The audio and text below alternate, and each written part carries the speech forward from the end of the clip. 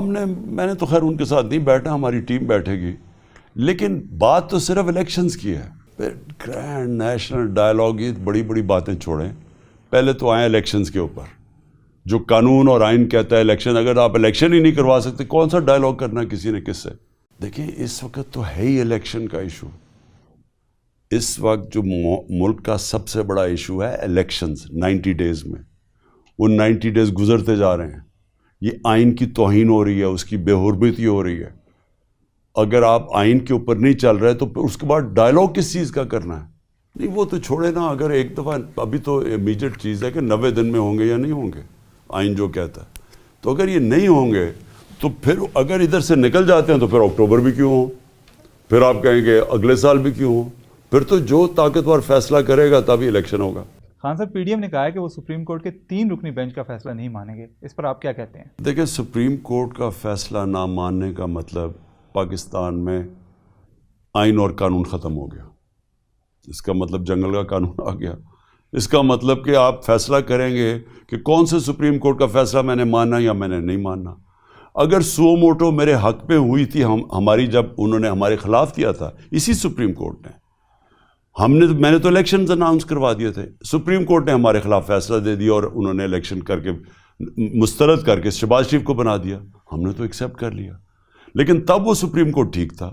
آج وہ سو motto action لے رہا ہے اور ان کو لگ رہا ہے کہ ان کے خلاف جائے گا، اب یہ سپریم کورٹ کو متنازع بنا رہے ہیں. یہ ان کی تاریخ ہے. سجاد علی شاہ کے کورٹ پہ اٹیک کیا، اس نے کنٹیمپٹ لگا دیا، عدالت میں اٹیک کر دیا، پھر وہ رشوت دے کے ججز خرید لیے. تو اس کی تو تاریخ ایسی ہے. ہم کھڑے ہوں گے اپنے آئین اور قانون کے ساتھ، تحریک چلانے. ہاں بالکل کھڑے ہوں گے. ہم کبھی سپریم کورٹ کو پوری قوم بیک کرے گی، آپ دیکھتے رہیں، ساری قوم کھڑی ہوگی سپریم کورٹ کے ساتھ. میرے خیال میں اس میں نواز شریف کا بہت بڑا ہاتھ ہے. اس نے پہلے بھی تقسیم کیا تھا 97 میں سپریم کورٹ کو، اپنے مفادات کے لیے اس نے سپریم کورٹ کو تقسیم کیا تھا. اور ابھی بھی انہوں نے 100% اس کے پیچھے اسٹیٹمنٹس دے رہا ہے. اس کی بیٹی ججز کے خلاف اسٹیٹمنٹس دے رہی ہے. وہ ہیں کون فیصلہ نہ ماننے کے لیے؟ آپ کی حیثیت کیا ہے؟ قانون تو ملک کا آئین تو سپریم کورٹ کے ہاتھ میں فیصلہ کیا آئین کو انٹرپریٹ کرنے کا. وہ تو آئین سپریم کو، آپ کون ہوتے ہیں جب سپریم کورٹ کہہ رہا ہے؟ سارے پاکستان کی لیگل کمیونٹی کو پتہ ہے کہ 90 دن میں الیکشن ہونے چاہیے، سب کو پتہ ہے. آپ کہہ رہے ہیں کہ 90 دن سے آگے چلے جائیں، تو سپریم کورٹ نے 90 دن کا تو کہنا ہی ہے، کیونکہ یہ ہے ہی قانون، آئین ہے یہ. تو آپ ہیں کون کہنے والے کہ نہیں جی ہم نہیں مانتے؟ آپ کا اسٹیبلشمنٹ سے آخری رابطہ کب ہوا تھا؟ کوئی بات نہیں ہوئی ان سے، کوئی قسم کا رابطہ نہیں ہے. آپ کرنا چاہ رہے ہیں؟ الیکشنز پہ کرنا چاہ رہے ہیں تو ہم کسی سے بھی کر لیں گے. کیا اس وقت کی فوجی کمان کے آپ کے ساتھ کچھ ذاتی اختلافات ہیں؟ دیکھیں میں کہہ نہیں سکتا. میں اتنا جانتا ہوں کہ جنرل باجوہ نے ہمارے پر بڑا ظلم کیا، کیونکہ یہ ان کی ایجنسیز ہی ہمارے پیچھے، یہ جو 25 میں جو پولیس سے بات کرتے تھے وہ کہتے جی ہمیں پیچھے سے آرڈر ہے. پولیس نے جو تشدد کیا وہ کہتے تھے پیچھے سے یہ کر رہے ہیں، یعنی جنرل باجوہ کروا رہا ہے. اور ہر قسم کے کیسز ہر جگہ، میڈیا پہ بین، ٹی وی چینل سے پوچھو وہ کہیں پیچھے سے یہ کروا رہے ہیں. تو پیچھے تو جنرل باجوہ تھا. امید یہ کر رہے تھے کہ جب جنرل باجوہ جائے گا تو چینج ہوگا، تو کوئی چینج آئے گا. کوئی چینج نہیں آیا، وہی پالیسیز چل رہی ہیں، بلکہ اس سے بھی کئی شدت پکڑ رہی ہے. اس کی وجہ کوئی ذاتی اناد یا مخالفت؟ میں نہیں جانتا، مجھے کوئی اندازہ نہیں ہے کیوں ہے، لیکن مجھے اتنا پتہ ہے کہ ہمارے اوپر اس سے زیادہ تشدد شروع ہو گیا جو باجوہ جب گیا تھا. میرے خیال میں جنرل باجوہ نے بڑا گندا رول پلے کیا. اس نے حسین حقانی کو ہائر کیا ہوا تھا اور ہماری گورنمنٹ کے پیسے سے، اور وہ میرے خلاف وہاں پوری کیمپین چلا رہا تھا اور کہہ رہا تھا باجوہ بڑا پرو امریکہ اور عمران اینٹی امریکہ. میری حکومت گرائی کس نے؟ آرمی چیف نے.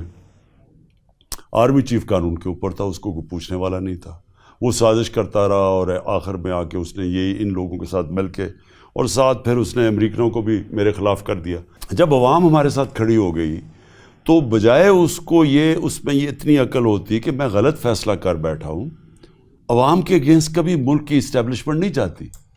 وہ جا کے ہمارے خلاف ہو کے اور ان کے ساتھ کھڑا ہو گیا جن کی وجہ سے عوام ہمارے ساتھ آئی تھی. یعنی یہ جو اوپر جرائم پیشہ لوگ آ کے بیٹھ کے ہیں، جن کے اوپر 1100 ارب روپے کے کرپشن کیسز تھے، جب وہ ان کے ساتھ کھڑا ہوا تو قوم بھی اور فاصلہ ہو گیا ادارے میں اور قوم کے اندر بھی.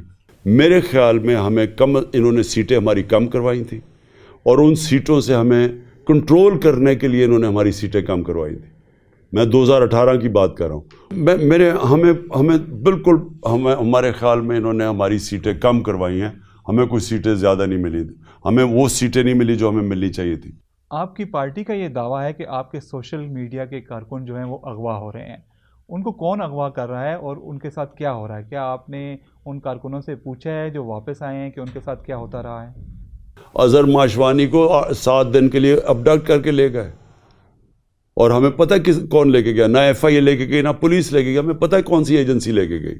اور وہ بھی جو کراچی سے اٹھایا ہمارا جو نوجوان ہے اس کو بھی اٹھا کے لے گئے. اصل میں ان کو خوف آ گیا ہے کہ ہمیں انہوں نے میڈیا میں تو بین کر دیا، میڈیا پہ تو مجھے دکھانے نہیں دیتے. تو اگر ہم سوشل میڈیا پہ آ رہے ہیں، اب سوشل میڈیا کے اوپر آ گئے ہیں کہ کسی طرح مجھے بلیک آؤٹ کیا جائے. انہوں نے کئیوں پہ تشدد کیا. کئی پہلے سوشل میڈیا کے لڑکوں کے اوپر انہوں نے بڑا مارا مورا، اور مجھے لگتا ہے کوئٹہ والے کو کیا. اس نے کہا کہ میں تو کسی پارٹی کے ساتھ ہی نہیں ہوں.